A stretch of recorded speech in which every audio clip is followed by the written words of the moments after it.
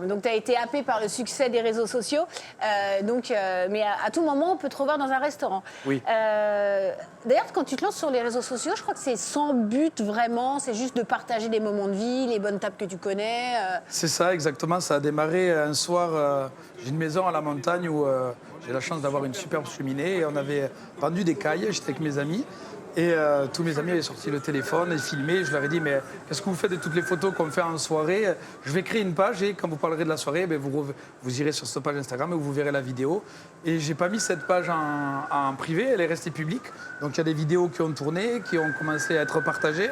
Et j'ai commencé à avoir des gens à s'inscrire à ma page. Et j'ai eu des opportunités pour faire des collaborations ou d'autres vidéos avec d'autres personnes. Je me suis laissé bercer, je me suis prêté au jeu et maintenant j'en suis là. Ouais.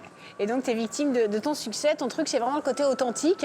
Le terroir, tu fais découvrir des lieux que tu affectionnes. Maintenant, tu dois avoir un carnet d'adresses absolument incroyable sur les restaurants, etc. Eh bien, oui, surtout que ça fait effet boule de neige parce que j'en parle, donc on vient me contacter pour parler d'autres endroits que j'apprécie, donc j'en reparle et donc Du coup, tu fais jamais à manger, toi. Tu es toujours invité au resto. Ouais, voilà.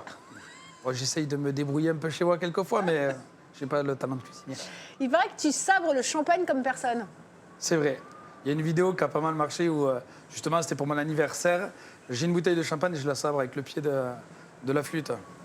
On la regarde, la vidéo? Et moi, on la regarde.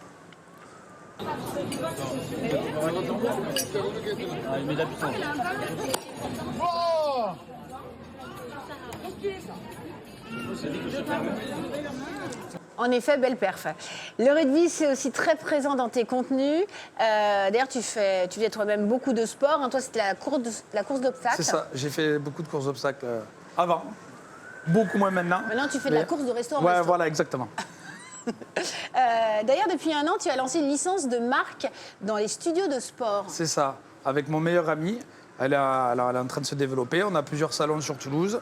Et là, on essaye de s'élargir vraiment au national et c'est en cours.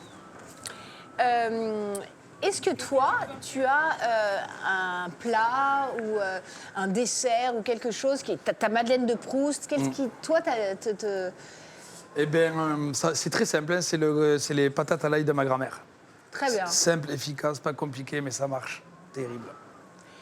En ce qui concerne les restaurants, toi, c'est vrai que tu as tendance à promouvoir beaucoup de restaurants sur Toulouse. Alors, je sais que c'est difficile d'en choisir un, mais si tu devais en choisir un, ce serait lequel? Sentiment, on va parler de sentiment là. L'Aubrac, chez Julien. Parce que j'ai connu l'Aubrac avec son père, Gilles, qui est parti il n'y a pas très longtemps. Et lui, il a repris la relève et ça n'a pas bougé. Je m'y retrouve comme quand j'y allais il y a 20 ans. Donc ouais, l'Aubrac.